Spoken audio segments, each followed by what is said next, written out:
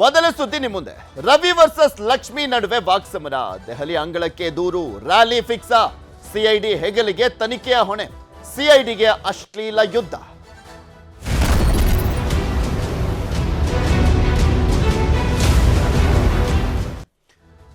ವಿಧಾನ ಪರಿಷತ್ನಲ್ಲಿ ಅಶ್ಲೀಲ ಪದ ಬಳಕೆಯ ವಿಚಾರಕ್ಕೆ ಸಂಬಂಧಪಟ್ಟಂತೆ ಸಚಿವೆ ಲಕ್ಷ್ಮಿ ಹೆಬ್ಬಾಳ್ಕರ್ ವರ್ಸಸ್ ಸಿಟಿ ರವಿ ನಡುವೆ ಇನ್ನೂ ಕೂಡ ಮಾತಿನ ಯುದ್ಧ ನಡೀತಾನೆ ಇರುವಂತದ್ದು. ಕಾಂಗ್ರೆಸ್ ಮತ್ತು ಬಿಜೆಪಿ ನಾಯಕರು ಕೂಡ ಇದೇ ವಿಚಾರಕ್ಕೆ ಸಂಬಂಧಪಟ್ಟಂತೆ ಸಮರ್ಥನೆಗಳನ್ನ ಮಾಡ್ಕೊಳ್ತಾ ಇದ್ದಾರೆ. ಅದರ ಜೊತೆಗೆ ಕಸ್ಟೋಡಿಯನ್ ಆಫ್ ದ ಹೌಸ್ ಅಂತ ಕರೆಸಿಕೊಳ್ಳುವಂತ ಸಭಾಪತಿ ಆಗಿರುವಂತ ಬಸವರಾಜ ಹೊರಟ್ಟಿ ಅವರು ಕೂಡ ಇದನ್ನ ಮುಗಿದು ಹೋದ ಅಧ್ಯಾಯ ಅಂತ ಹೇಳುವ ಮುಖಾಂತರ ಅದಕ್ಕೆ ತೆರೆ ಎಳೆಯುವಂತ ಪ್ರಯತ್ನವನ್ನ ಮಾಡ್ತಾ ಇದ್ದಾರೆ. ಆದ್ರೆ ಸರ್ಕಾರ ಮಾತ್ರ ಇದನ್ನ ಬಿಡ್ತಾ ಇಲ್ಲ, ಇದಕ್ಕೆ ನ್ಯಾಯ ಸಿಗಲೇಬೇಕು ಅನ್ನುವ ರೀತಿಯಲ್ಲಿ ಸಿಐಡಿಗೆ ತನಿಖೆಯನ್ನ ವಹಿಸ್ತಾ ಇರುವಂತದ್ದು. ಇದೊಂದು ರೀತಿಯಾದಂಥ ಗ್ರೇ ಏರಿಯಾದಲ್ಲಿ ನಡೆದಿರುವಂತ ಕಾರಣಕ್ಕೋಸ್ಕರ, ಅಂದ್ರೆ ವಿಧಾನ ಪರಿಷತ್ನಲ್ಲಿ ನಡೆದಿರುವಂತ ಕಾರಣಕ್ಕೋಸ್ಕರ ಪೊಲೀಸರು ತನಿಖೆಯನ್ನ ಮಾಡಬಹುದಾ ಅಥವಾ ಇಲ್ವಾ, ಈ ವಿಚಾರನೂ ಕೂಡ ಅಂದ್ರೆ ಟೆಕ್ನಿಕಲ್ ಇಶ್ಯೂನು ಕೂಡ ಇರುವಂತದ್ದು. ಸೊ ಇದು ಸಾಕಷ್ಟು ಪ್ರಶ್ನೆಗಳನ್ನ ಹುಟ್ಟಾಗ್ತಾ ಇದೆ ಸಿಐಡಿಗೆ ವಹಿಸಿರುವಂತ ಹಿನ್ನೆಲೆಯಲ್ಲಿ. ಸಿಐಡಿ ಹೆಗಲಿಗೆ ತನಿಖೆಯ ಹೊಣೆಯನ್ನ ಕೊಟ್ಟಿರುವಂತದ್ದು ಸರ್ಕಾರ. ಅಶ್ಲೀಲ ಯುದ್ಧ ದೆಹಲಿಯ ಅಂಗಳಕ್ಕೂ ಕೂಡ ತಲುಪುತ್ತಾ ಅನ್ನುವಂಥ ಪ್ರಶ್ನೆ ಇದೆ. ಯಾಕೆಂದ್ರೆ ಒಂದ್ ಕಡೆ ಲಕ್ಷ್ಮಿ ಹೆಬ್ಬಾಳ್ಕರ್ ಅವರು ಹೇಳ್ತಾ ಇದ್ರು, ಪ್ರಧಾನಮಂತ್ರಿ ರಾಷ್ಟ್ರಪತಿಗಳಿಗೂ ಕೂಡ ದೂರನ್ನ ಕೊಡ್ತೀನಿ, ನಾನು ಇದನ್ನಿಲ್ಲಿಗೆ ಬಿಡೋದಿಲ್ಲ. ಸಿಟಿ ರವಿ ಅವರನ್ನ ಯಾವುದೇ ಕಾರಣಕ್ಕೂ ಕೂಡ ಕ್ಷಮಿಸೋದಿಲ್ಲ. ತಾಯಿಯ ಮಗ ಆಗಿದ್ರೆ ಏನು ಮಾತನಾಡಿದ್ದಾರೆ, ಏನು ಎತ್ತ ಅನ್ನುವಂಥದ್ರ ಬಗ್ಗೆ ಅವರು ನಿಜವನ್ನ ಹೇಳಿ ಅಂತನೂ ಕೂಡ ಲಕ್ಷ್ಮಿ ಹೆಬ್ಬಾಳ್ಕರ್ ಸವಾಲನ್ನ ಹಾಕಿದ್ರು.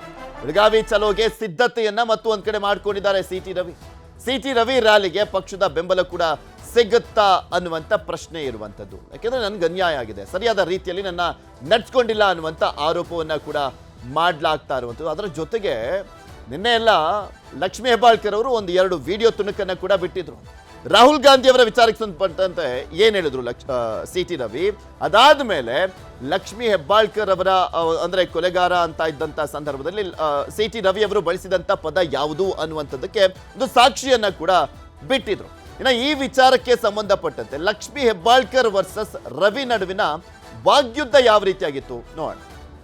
ಪ್ರಧಾನಮಂತ್ರಿಯವ್ರಿಗೆ ಅಪಾಯಿಂಟ್ಮೆಂಟ್ ಕೇಳ್ತೀನಿ, ಪತ್ರವನ್ನ ಬರಿತೀನಿ, ಇಮೇಲ್ ಕಳಿಸ್ತೀನಿ. ಅದೇ ರೀತಿ ರಾಷ್ಟ್ರಪತಿಯವ್ರಿಗೂ ಇಮೇಲ್ ಮಾಡ್ತೀನಿ, ಪತ್ರ ಬರಿತೀನಿ, ಅವರ ಅಪಾಯಿಂಟ್ಮೆಂಟನ್ನು ಕೇಳ್ತೀನಿ. ಯಾಕಂದ್ರೆ ಈ ದೇಶದ ಒಬ್ಬ ಜವಾಬ್ದಾರಿಯುತವಾದಂಥ ಒಬ್ಬ ನಾಗರಿಕ. ಅವ್ರಿಗೆ ಬಿಜೆಪಿಯವರೆಲ್ಲ ದುಶ್ಯಾಸನರಾದ್ಮೇಲೆ ಅವ್ರ ಹತ್ರ ನ್ಯಾಯ ಹೆಂಗೆ ನಿರೀಕ್ಷೆ ಮಾಡ್ತಾರೆ? ಅಂದರೆ ಅವರು ಹೇಳಿಕೆಗೂ ಅವ್ರ ಮುಂಚೆ ಹೇಳಿದ ಹೇಳಿಕೆಗೂ ಈಗ ಹೇಳ್ತಿರೋ ಹೇಳಿಕೆಗೂ ಒಂದಕ್ಕೊಂದು ಸಂಬಂಧ ಇಲ್ಲ ಅಂತ ಆಗತ್ತಲ್ಲ.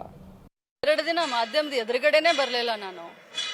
ಇನ್ನು ಅವ್ರನ್ನ ಅದನ್ನ ಮಾಡಿ ಇದನ್ನ ಮಾಡಿ ಅಂತ ಪೊಲೀಸರ ಜೊತೆ ನಾನು ಸಂಪರ್ಕದಲ್ಲಿ, ನಾನು ಶಾಕ್ನಿಂದ ಹೊರಗೆ ಬರಲಿಕ್ಕೆ ನನಗೆ 48 ಗಂಟೆ ಬೇಕಾಯಿತು.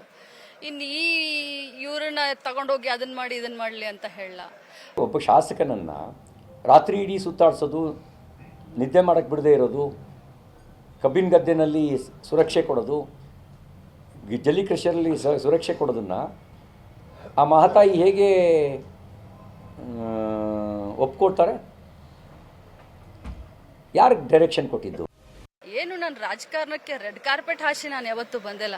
ಅವಮಾನ ಸನ್ಮಾನ ಎಲ್ಲ ನೋಡಿ 26 ವರ್ಷದ ನಂತರ ಒಬ್ಬ ಸಾಮಾನ್ಯ ಕಾರ್ಯಕರ್ತರ ಮಂತ್ರಿ ಆಗಿದ್ದೀನಿ. ಹೋರಾಟದಿಂದ ಶುರುವಾಯಿತು, ಬೂತ್ ಅಧ್ಯಕ್ಷದಿಂದ ಶುರುವಾಯಿತು. ಯಾರ ರಾಜಕೀಯ ಜೀವನ ಹೇಗಾಯಿತು, ಹೇಗೆ ಶುರುವಾಯಿತು ಅನ್ನೋದನ್ನು ನೀವು ಸ್ಥಳೀಯರನ್ನ ಕೇಳಿ ತಿಳ್ಕೊಳ್ಳಿ. ಬಿಡಿ, ಸಿಟಿ ರವಿ ಅವರಂತರೂ ಅದೇ ರೀತಿ, ಅದೇನೋ ಹೇಳ್ತಾರಲ್ಲ, ಭೂತದ ಬಾಯಲ್ಲಿ ಭಗವಂತ ಅಂತ ಹೇಳಿ. ನಿಮಗೇನಾಗಿದ್ದೀರಿ ವಿಜೇಂದ್ರ ಅವರೇ, ನಿಮಗೇನಾಗಿದ್ದೀರಿ ಅಶೋಕ್ ಅವರೇ? ಶ್ರೀಮತಿ ಜಯಲಲಿತಾ ಅವರು ಮಂತ್ರಿ ಆದಾಗ ಈ ಮಹಾತಾಯಿಯ ಬಾಯಿಂದ ಬಂದ ಅಣಿಮುತ್ತಿಗಳನ್ನು ನೀವು ಕೇಳಿದ್ದೀರಿ.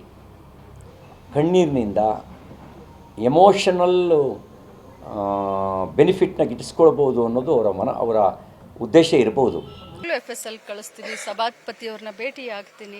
ನಿನ್ನೆ ಅವ್ರು ನನ್ನ ಹತ್ರ ಮಾತಾಡಿದ್ದಾರೆ, ನಾನು ಅವ್ರ ಹತ್ರ ಮಾತಾಡ್ತೀನಿ. ನನ್ನ ಹತ್ರ ಸಾಕ್ಷಿ ಇದೆ, ಸಾಕ್ಷಿ ಸಮೇತ ಎಲ್ಲ ಕೊಡ್ತೀನಿ. ವಿಧಾನ ಪರಿಷತ್ ಮೇಲೆ ನನಗೆ ಧಮಕಿ ಹಾಕಿದ್ದು ಶ್ರೀಮತಿ ಲಕ್ಷ್ಮಿ ಹೆಬ್ಬಾಳ್ಕರ್.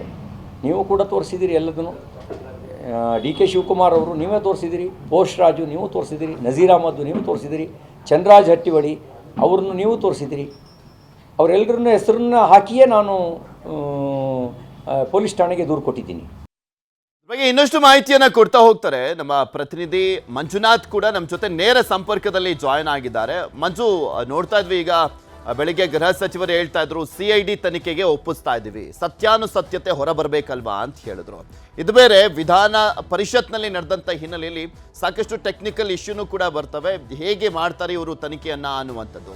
ಸೊ ಪೊಲೀಸರ ತನಿಖೆ ಯಾವ ರೀತಿಯಾಗಿರುತ್ತೆ, ಮಹಜರು ಪ್ರಕ್ರಿಯೆ ಎಲ್ಲದೂ ಕೂಡ ಮಾಡಬೇಕಾಗುತ್ತೆ. ಸಾಧ್ಯನಾ ಇದು? ಯಾವಾಗ ಈ ಪ್ರಕರಣ CID ತನಿಖೆಯನ್ನ ಆರಂಭ ಮಾಡುತ್ತೆ?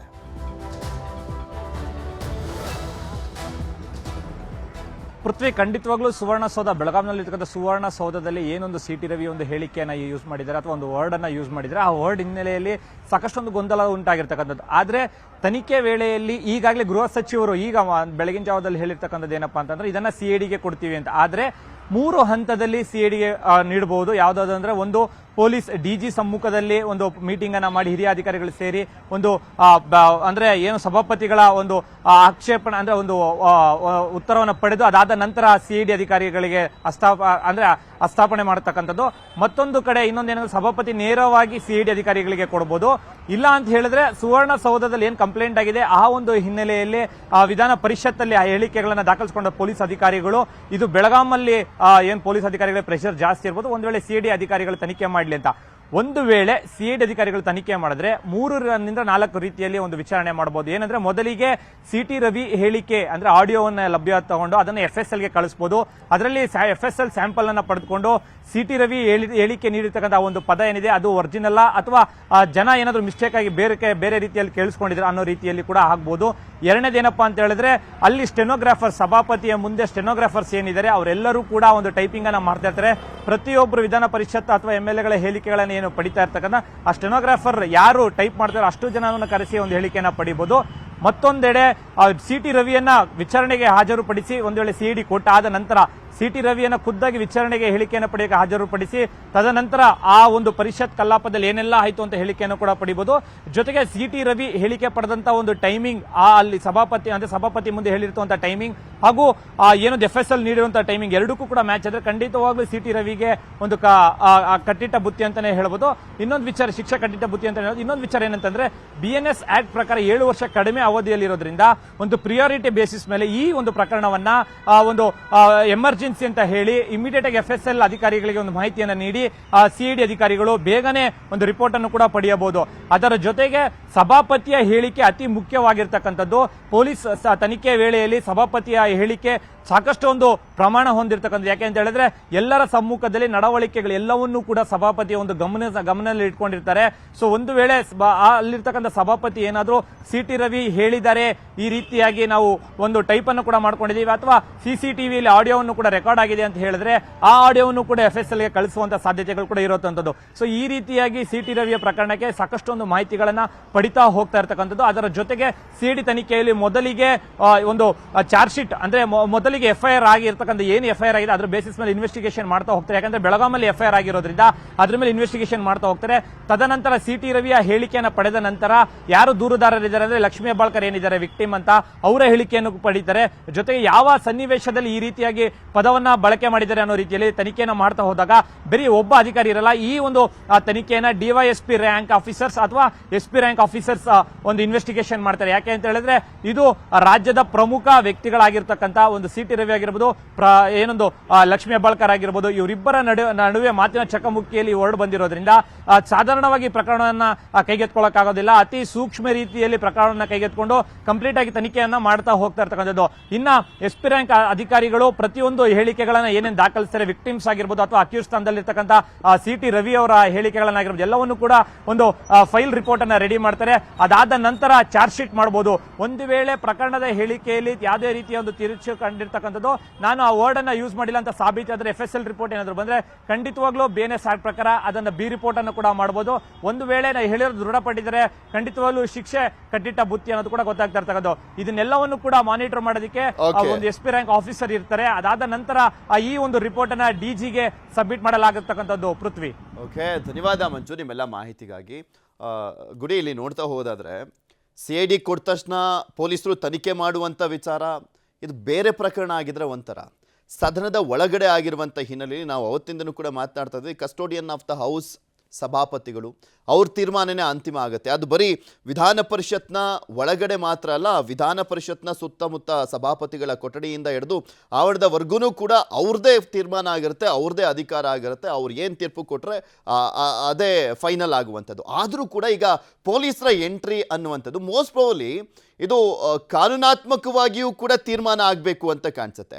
ಸಭಾಪತಿಗಳ ಒಂದು ತೀರ್ಪು ಅಂತಿಮನ, ಅಥವಾ ಪೊಲೀಸರು ಕೂಡ ಇಂಥ ಪ್ರಕರಣದಲ್ಲಿ ಇನ್ವಾಲ್ವ್ ಆಗಿಬಿಟ್ಟು ಅವರು ಕೂಡ ತನಿಖೆಯನ್ನು ಮಾಡ್ಬೋದಾ, ಯಾರು ತಪ್ಪು ಯಾರು ಸರಿ ಅನ್ನುವಂಥದ್ರ ಬಗ್ಗೆ ಅವರು ಕೂಡ ಹೇಳ್ಬೋದಾ ಅನ್ನುವಂಥ ಒಂದು ಟೆಕ್ನಿಕಲ್ ಇಶ್ಯೂನೂ ಕೂಡ ಬರುತ್ತೆ ಅಂತ ಕಾಣಿಸುತ್ತೆ ಇದರಲ್ಲಿ.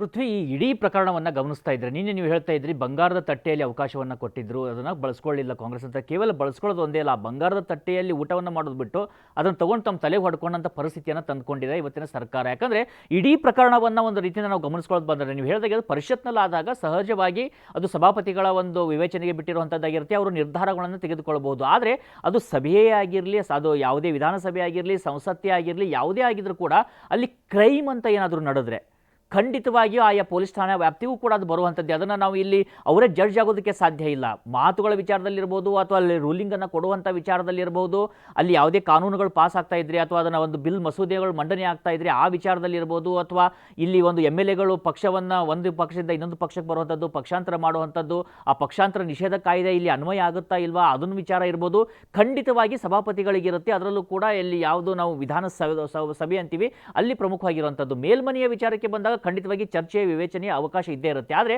ಅದು ಕಾನೂನನ್ನು ಉಲ್ಲಂಘನೆ ಮಾಡಿದ್ದೇ ಆಗಿದ್ದರೆ ಅಲ್ಲೂ ಕೂಡ ಒಂದು ಸ್ಥಳೀಯ ಕಾನೂನು ಖಂಡಿತವಾಗಿ ಅದಕ್ಕೆ ಅನ್ವಯ ಆಗೇ ಆಗುತ್ತೆ. ಆದರೆ ಈ ಒಂದು ಪ್ರಕರಣವನ್ನು ನೋಡ್ತಾ ಇದ್ರೆ ಅಷ್ಟು ಸುಲಭವಾಗಿ ಇದೆಯಾ ಅಂತ ಪ್ರಶ್ನೆ ಬರುತ್ತೆ. ಮೊದಲನೇದಾಗಿ ಆ ಒಂದು ಕೇಸ್ ದಾಖಲಾಗ್ತಿದ್ದ ಹಾಗೇನೆ ಅಲ್ಲಿ ಒಳಗಡೆ ಒಂದು ಘಟನೆ ನಡೀತಾ ಇದ್ದಾಗೇನೆ ಒಂದು ಕಂಪ್ಲೇಂಟ್ ಆಗುತ್ತೆ. ಕಂಪ್ಲೇಂಟ್ ಆಗ್ತಿದ್ದ ಹಾಗೆ ಇಮಿಡಿಯೇಟ್ ಆಗಿ ಪೊಲೀಸರು ಎಂಟ್ರಿ ಆಗ್ತಾರೆ. ಅದಕ್ಕಿಂತ ಮುಂಚಿತವಾಗಿ ಅಲ್ಲಿ ಲಕ್ಷ್ಮೀ ಹೆಬ್ಬಾಳ್ಕರ್ ಅವರ ಬೆಂಬಲಿಗರು ಬರ್ತಾರೆ, ಹಲ್ಲೆ ಮಾಡುವಂಥ ಯತ್ನಗಳಾಗ್ತವೆ. ಅಂದರೆ ನೀವು ಇಡೀ ಒಂದು ಪ್ರಕರಣವನ್ನು ನೋಡ್ತಾ ಇದ್ರೆ ಇಲ್ಲಿ ಯಾರು ವಿಕ್ಟಿಮ್ ಅಂತೇಳಿ ಹೇಳ್ತಾ ಇದ್ದಾರೋ ಅವರೇ ಇಲ್ಲಿ ಆ ಒಂದು ಪರ್ಪೆಟ್ರೇಟರ್ ಇರ್ಬೋದು, ಅಥವಾ ಯಾರು ಪರ್ಪೆಟ್ರೇಟರ್ ಆಗಿದ್ದಾರೋ ಅವರೇ ವಿಕ್ಟಿಮ್ ಇರ್ಬೋದು ಅಂತ ಬಿಂಬಿಸುವಂಥ ಪ್ರಯತ್ನಗಳು ಶುರು ಆಗ್ಬಿಟ್ಟಿದ್ದಾವೆ. ಯಾಕಂದರೆ ಅಲ್ಲಿ ಸಿಟಿ ರವಿ ಇದೇ ಮಾತನ್ನು ಹೇಳಿದ್ದೆ ಆದರೆ ಖಂಡಿತವಾಗಿ ಯಾರೂ ಕೂಡ ಒಪ್ಪೋದಕ್ಕೆ ಸಾಧ್ಯ ಇಲ್ಲ. ನಿನ್ನೆ ಕೂಡ ನಾವು ಮಾತನಾಡ್ತಾ ಇದ್ವಿ. ಆದರೆ ಅಲ್ಲಿ ಅವರ ಇವರು ಲಕ್ಷ್ಮೀ ಹೆಬ್ಬಾಳ್ಕರ್ ಅವರ ಬೆಂಬಲಿಗರು ಬಂದ ರೀತಿ, ಅವರು ಹಲ್ಲೆ ಮಾಡೋದಕ್ಕೆ ಯತ್ನಿಸಿದ ರೀತಿ, ಅದಾದ ಮೇಲೆ ಉಪಮುಖ್ಯಮಂತ್ರಿಯಾಗಿರ್ತಕ್ಕಂಥ DK ಶಿವಕುಮಾರ್ ಅವರು ಕೊಟ್ಟಂಥ ಹೇಳಿಕೆ, ಅದು ಲಕ್ಷ್ಮೀ ಹೆಬ್ಬಾಳ್ಕರ್ ಅವರ ಕ್ಷೇತ್ರ ಅಲ್ಲಿ ಬಿಟ್ಟಿದ್ದೇ ಹೆಚ್ಚು ಅನ್ನೋದು ರೀತಿಯ ಅರ್ಥದ ಹೇಳಿಕೆಗಳು, ಪೊಲೀಸರು ರಾತ್ರಿಯೆಲ್ಲ ಅವರನ್ನು ಸುತ್ತಾಡಿಸಿದಂಥ ರೀತಿಗಳು, ಜೊತೆಗೆ ಹೈಕೋರ್ಟಿಗೆ ಬಂದಾಗ ಹೈಕೋರ್ಟ್ ಕೂಡ ಅವರಿಗೆ ಇಮಿಡಿಯೇಟ್ ಆಗಿ ಜಾಮೀನು ಕೊಡುತ್ತೆ, ಎಲ್ಲಿದ್ದಾರೆ ಅಲ್ಲಿ ನೀವು ಬಿಡಿ ಅಂತೇಳಿ. ಯಾಕಂದರೆ ಅಷ್ಟು ಅದರಲ್ಲಿ ಫಾಲ್ಟ್ ಇರ್ತವೆ. ಕೇಸ್ ದಾಖಲಾದಾಗಲೇ ಅಷ್ಟು ಫಾಲ್ಟ್ಗಳು ಅದರಲ್ಲಿ ವ್ಯಕ್ತವಾಗ್ತಾ ಇರ್ತವೆ. ಜೊತೆಗೆ ಈಗ CIDಗೆ ಕೊಟ್ಟಿದ್ದೀರಿ ಅಂತ ಹೇಳ್ತಾರೆ. ಹಾಗೆ CID ಕೊಟ್ಟಂಥ ಎಷ್ಟು ಪ್ರಕರಣಗಳು ಅದಕ್ಕೆ ಒಂದು ಅಂತ್ಯ ಕಂಡಿದ್ದಾವೆ, ಎಷ್ಟು ಪ್ರಕರಣಗಳಲ್ಲಿ ಶಿಕ್ಷೆ ಆಗಿದೆ. ಉದಾಹರಣೆಗೆ ನೋಡೋದಾದ್ರೆ ಯಡಿಯೂರಪ್ಪನವರ ವಿರುದ್ಧ ದಾಖಲಾದಂಥ ಕಾಂಗ್ರೆಸ್ ಉದ್ದೇಶ ನೋಡ್ತಾ ಇದ್ರೆ, ಕಾಂಗ್ರೆಸ್ ಉದ್ದೇಶ ಮತ್ತೆ BJPಯವರು ಆಡ್ತಾ ಇರುವಂಥದ್ದನ್ನು ಗಮನಿಸ್ತಾ ಇದ್ರೆ, ಕಾಂಗ್ರೆಸ್ಗೆ ಬೇಕಾಗಿರೋದು CT ರವಿ ಮಾತನಾಡಿದ್ದಾರಾ ಇಲ್ವಾ ಅನ್ನುವಂಥದ್ದು ಅಷ್ಟೇ ಬೇಕಾಗಿದೆ. FSL ರಿಪೋರ್ಟ್ ಮುಖಾಂತರ ಇಲ್ಲ ಅವ್ರು ತಪ್ಪು ಮಾಡಿದ್ದಾರೆ, ಅದು ಸಭಾಪತಿಗಳಿಂದ ನಮಗೆ ನ್ಯಾಯ ನಿರೀಕ್ಷೆ ಸಿಗ್ತಾ ಇಲ್ಲ. ಸೊ ಹೀಗಾಗಿ ಅಟ್ಲೀಸ್ಟ್ ಪೊಲೀಸ್ ಇಲಾಖೆ ಮುಖಾಂತರ FSLನಿಂದನಾದರೂ ನಾವು ಒಂದು ನ್ಯಾಯ ಅಂದರೆ CT ರವಿ ಹಿಂಗೆ ಮಾತನಾಡಿದ್ದಾರೆ ಅನ್ನುವಂಥದ್ದು ಒಂದು ಮೆಸೇಜ್ ಪಾಸ್ ಮಾಡುವಂಥ ಯತ್ನ ಇದ್ದಂತೆ ಕಾಣಿಸ್ತಾ ಇದೆ. BJPಯವ್ರು ನೋಡ್ತಾ ಇದ್ರೆ ಸಭಾಪತಿಗಳು ಹೇಳಿರುವಂಥದ್ದೇ ಫೈನಲ್ಲು, ಅವ್ರು ಮಾತ್ರ ತೀರ್ಪನ್ನು ಕೊಡ್ಲಿಕ್ಕಾಗೋದು. ಸೊ ಹೀಗಾಗಿ CT ರವಿ ಅವ್ರು ಏನು ತಪ್ಪೇ ಮಾಡಿಲ್ಲ ಅನ್ನುವ ರೀತಿಯಾದಂಥ ಇಬ್ರು ಕೂಡ ಜಿಜ್ಞಾಸೆಗೆ ಬಿದ್ದುಬಿಟ್ಟಿದ್ದಾರೆ. ನಾನು ತಪ್ಪು ಮಾಡಿಲ್ಲ, ಅವ್ರು ತಪ್ಪು ಮಾಡಿಲ್ಲ. ಎಷ್ಟೋ ಸರಿ ಏನಾಗುತ್ತೆ, ಪ್ರೊವೋಕೇಶನ್ ಮಾಡೋದು ಕೂಡ ಅಷ್ಟೇ ದೊಡ್ಡ ಮುಖ್ಯವಾದಂಥ ಒಂದು ತಪ್ಪಾಗುವಂಥದ್ದು. ಇಲ್ಲಿ ಕೊಲೆಗಾರ ಅನ್ನುವಂತಹ, ಈಗ ಅವರೇ ಹೇಳ್ಕೊಂಡಿದ್ದಾರೆ ಲಕ್ಷ್ಮೀ ಹೆಬ್ಬಾಳ್ಕರ್ ನಾನು ಕೊಲೆಗಾರ ಅಂದೆ ಅಂತೇಳಿ. ಯಾವ ಆಧಾರದಲ್ಲಿ ಕೊಲೆಗಾರ ಅಂತಾರೆ? ಈಗ CT ರವಿ ಅವರು ಕೊಲೆಗಾರ ಅಂತ ಆರೋಪ ಮಾಡ್ತಿದ್ದಾರೆ. ನೋಡಿ, ಘನತೆಯ ವಿಚಾರ ಬಂದಾಗ ಖಂಡಿತವಾಗಿ ಮಹಿಳೆಯರ ಘನತೆಯೂ ಅಷ್ಟೇ ಮುಖ್ಯ ಆಗುತ್ತೆ. ಅದೇ ರೀತಿಯಾಗಿ ಪುರುಷರ ಘನತೆಗೂ ಕೂಡ ಇಲ್ಲಿ ಗಮನವನ್ನು ಕೊಡಲೇಬೇಕಾಗುತ್ತೆ. ಹಾಗಂದ ಮಾತ್ರಕ್ಕೆ ಬಾಯಿ ಬಂದಾಗ ಮಾತಾಡೋದಲ್ಲ. ಈಗ CT ರವಿ ಅವರು ಆ ರೀತಿಯಂತ ಪದಗಳನ್ನು, ಅಶ್ಲೀಲ ಪದಗಳನ್ನು ಬಳಕೆ ಮಾಡಿದ್ದೇ ಆದರೆ ಖಂಡಿತವಾಗಿ ಶಿಕ್ಷೆ ಆಗಲೇಬೇಕಾಗುತ್ತೆ, ಅದನ್ನು ಒಪ್ಪೋದಕ್ಕೆ ಸಾಧ್ಯ ಇಲ್ಲ. ಆದರೆ ಇಡೀ ಪ್ರಕರಣ ಆ ರೀತಿಯಾಗಿ ಹ್ಯಾಂಡಲ್ ಆಗ್ತಾ ಇಲ್ಲ ಅನ್ನುವಂಥದ್ದು ವಿಚಾರ. ಇಲ್ಲಿ ಪ್ರತಿಷ್ಠೆಯಾಗಿ ಮಾರ್ಪಟ್ಟಾಗ ನೀವು ಕಾನೂನಾತ್ಮಕವಾಗಿ ನ್ಯಾಯ ಸಿಗಬೇಕು ಅನ್ನೋದಕ್ಕಿಂತ ಹೆಚ್ಚಾಗಿ ಹೆಗ್ಗಳಿಕೆಯನ್ನು ತೋರಿಸುವಂಥ ಪ್ರತಿಷ್ಠೆಯಾಗಿ ಮಾರ್ಪಟ್ಟಾಗ ಎರಡು ವ್ಯಕ್ತಿಗಳು, ಎರಡು ಪಕ್ಷಗಳ ನಡುವೆ ನ್ಯಾಯ ಎಲ್ಲಿ ಸಿಗುತ್ತೆ, ಯಾವಾಗ ಸಿಗುತ್ತೆ, ಅದು ಇಮಿಡಿಯೇಟ್ ಆಗಿ ಸಿಗುತ್ತಾ ಅಥವಾ ಡಿಲೇ ಆಗುತ್ತಾ ಅನ್ನುವಂಥ ಪ್ರಶ್ನೆಗಳಿಗೆ ಕಾರಣ ಆಗುತ್ತೆ. ಈಗ ನೋಡಿ, ರಾಹುಲ್ ಗಾಂಧಿ ಸೇರಿದಾಗ ಎಲ್ಲರೂ ಅಧಿವೇಶನ ನಡೀತಾ ಇದೆ, ಕಾಂಗ್ರೆಸ್ ಬರುತ್ತೆ, ಅಲ್ಲೂ ಕೂಡ ಇದು ಚರ್ಚೆ ಆಗುತ್ತೆ. ಈಗ ಅದೇ ರಾಹುಲ್ ಗಾಂಧಿ ವಿರುದ್ಧ ಸಂಸತ್ನ ವಿಚಾರದಲ್ಲಿ ಬಂದಾಗ ಒಬ್ಬ ST MP, ಮಹಿಳಾ MP ದೂರನ ಕೊಟ್ಟಿರುವಂಥದ್ದು, ಅವರು ಆರೋಪವನ್ನು ಮಾಡಿರುವಂಥದ್ದು, ರಾಹುಲ್ ಗಾಂಧಿ ನನಗೆ ತುಂಬ ಸನಿಹದಲ್ಲಿ ಬಂದರು, ನನ್ನನ್ನು ನೂಕುವಂಥ ಪ್ರಯತ್ನ ಮಾಡಿದರು, ಅದು ನನಗೆ ಒಂದು ಕಸಿವಿಸಿಯನ್ನು ಉಂಟು ಮಾಡ್ತು ಅಂತೇಳಿ ನೇರವಾಗಿ ರಾಹುಲ್ ಗಾಂಧಿ ಮೇಲೆ ಆರೋಪ ಇದ್ದಾವೆ. ಇದ್ದಾವೆ. ಮೊನ್ನೆ ಸಂಸತ್ತಲ್ಲಿ ನಡೆದಂಥ ವಿಚಾರಗಳನ್ನ ನೋಡಿದಾಗ ನಾವೊಂದು ಹಲ್ಲೆ ನಡೆಸಿದಂಥ ಆರೋಪಗಳಿದ್ದಾವೆ. ಅಂದರೆ ಇಲ್ಲಿ ಯಾರೂ ಆರೋಪದಿಂದ ಹೊರತಾಗಿರುವಂಥದ್ದಲ್ಲ. ಆದರೆ ಆ ನ್ಯಾಯ ಸಿಗಬೇಕು ಅಂದಾಗ ರಾಜಕೀಯ ಮೇಲಾಟಗಳು ಹಿಂದೆ ಸರಿಬೇಕಾಗುತ್ತೆ, ಕಾನೂನಾತ್ಮಕ ಪ್ರಕ್ರಿಯೆಗಳು ಬರಬೇಕಾಗತ್ತೆ. ಹಾಗೆ ಬರುತ್ತಾ ಅನ್ನೋದಕ್ಕೆ ಮೊದಲ ದಿನ ನಡೆದಂಥ ಘಟನೆಗಳು, ಅವರನ್ನು 350 ಕಿಲೋಮೀಟರ್ ಸುತ್ತಾಡಿಸಿದಂಥ ರೀತಿ, ಆ ಕಬ್ಬಿನ ಗದ್ದೆ ಕರೆದುಕೊಂಡು ಹೋಗುವಂಥ ರೀತಿ, ಅವುಗಳನ್ನ ನೋಡಿದಾಗ ಸಹಜವಾಗಿ ಜನಸಾಮಾನ್ಯರಿಗೂ ಅನ್ಸೋದು ಇಷ್ಟೇ, ಇಲ್ಲಿ ನ್ಯಾಯಕ್ಕಿಂತ ಹೆಚ್ಚಾಗಿ ಬೇರೆ ಏನೋ ಉದ್ದೇಶ ಇತ್ತ ಅನ್ನುವಂಥ ಪ್ರಶ್ನೆಗೆ ಅದು ಕಾರಣ ಅದರ ಆಗ್ತಾ ಜೊತೆಗೆ ಇರುವಂಥದ್ದು. ಇಲ್ಲಿ ತುಂಬಾ ಟೆಕ್ನಿಕಲ್ ಇಶ್ಯೂ ಬರುತ್ತೆ. ಮೋಸ್ಟ್ ಪ್ರಾಬಬ್ಲಿ ಇದು ಕಾನೂನಲ್ಲೂ ಕೂಡ ನಿರ್ಧಾರ ಆಗಬೇಕಾಗತ್ತೆ ಅಂತ ಕಾಣಿಸುತ್ತೆ.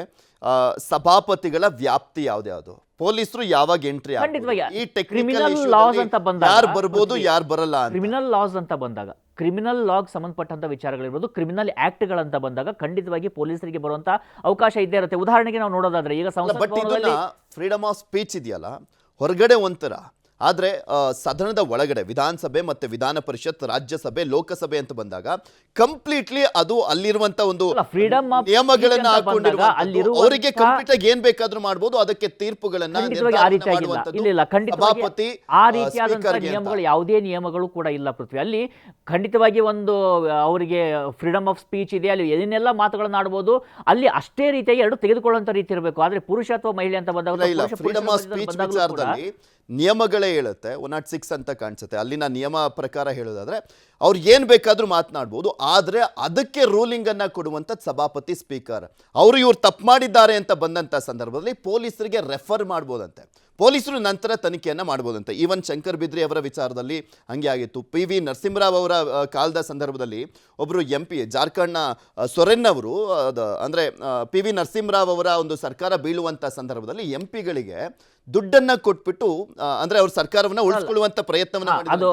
ಆ ಸಂದರ್ಭದಲ್ಲೂ ಕಾನೂನಿನ ವಿಚಾರ ಬಂದಿತ್ತು. ಕಾನೂನಿನ ವಿಚಾರ ಬಂದಾಗ ಕೋರ್ಟು ಕೂಡ ಹೇಳುತ್ತೆ, ಫ್ರೀಡಮ್ ಆಫ್ ಸ್ಪೀಚ್ ಇದೆಯಲ್ಲ, ಅವ್ರು ಏನು ಬೇಕಾದರೂ ಮಾತನಾಡಿದಂಥ ಸಂದರ್ಭದಲ್ಲಿ ನಿರ್ಧಾರವನ್ನು ಮಾಡಲಿಕ್ಕೆ ಸ್ಪೀಕರ್ಗೆ ಅಥವಾ ಅಲ್ಲಿನ ಸಭಾಪತಿಗೆ ಹಕ್ಕಿರುತ್ತೆ. ಆದರೆ ಭ್ರಷ್ಟಾಚಾರದ ವಿಚಾರ ಬಂದಂಥ ಸಂದರ್ಭದಲ್ಲಿ ಪೊಲೀಸರು ಎಂಟ್ರಿ ಆಗ್ಬೋದು, ಅವ್ರ ತನಿಖೆಯನ್ನು ಮಾಡ್ಬೋದು. ಭ್ರಷ್ಟಾಚಾರದ ಜೊತೆಗೆ ಇಲ್ಲಿ ಬಂದಾಗ ಅದೇ ಹೇಳಿದ್ವಲ್ಲ ನಾವೀಗ, ಕಾನೂನು ಅಂತ ಬಂದಾಗ especially prevention of sexual acts ಇದಾವಲ್ಲ ಪೃಥ್ವಿ, ಆ ಒಂದು ಕಾನೂನನ್ನು ಗಮನಿಸಬೇಕು. ಇವನ್ BNS ಕಾನೂನಲ್ಲೂ ಕೂಡ ಸ್ಪಷ್ಟವಾಗಿ ಹೇಳ್ತಾರೆ, ಒಬ್ಬ ಮಹಿಳೆಗೆ ತನ್ನ ವಿರುದ್ಧ ಯಾವುದೋ ಒಂದು ಸೆಕ್ಸುವಲ್ ಅಸಾಲ್ಟ್ ಆಗ್ತಾ ಇದೆ ಅಥವಾ ಆ ರೀತಿಯಾದ ದೃಷ್ಟಿಯಿಂದ ನೋಡ್ತಾ ಇದ್ದಾರೆ, ಆ ರೀತಿಯಾದ ಮಾತುಗಳಿದ್ದಾಗ ಖಂಡಿತವಾಗಿ ಅದನ್ನ ಕ್ರಿಮಿನಲ್ ಜಸ್ಟಿಸ್ ಸಿಸ್ಟಮ್ನಲ್ಲಿ ಪ್ರಶ್ನೆ ಮಾಡುವಂತ ಹಕ್ಕು ಮಹಿಳೆಯಾಗಿರುತ್ತೆ.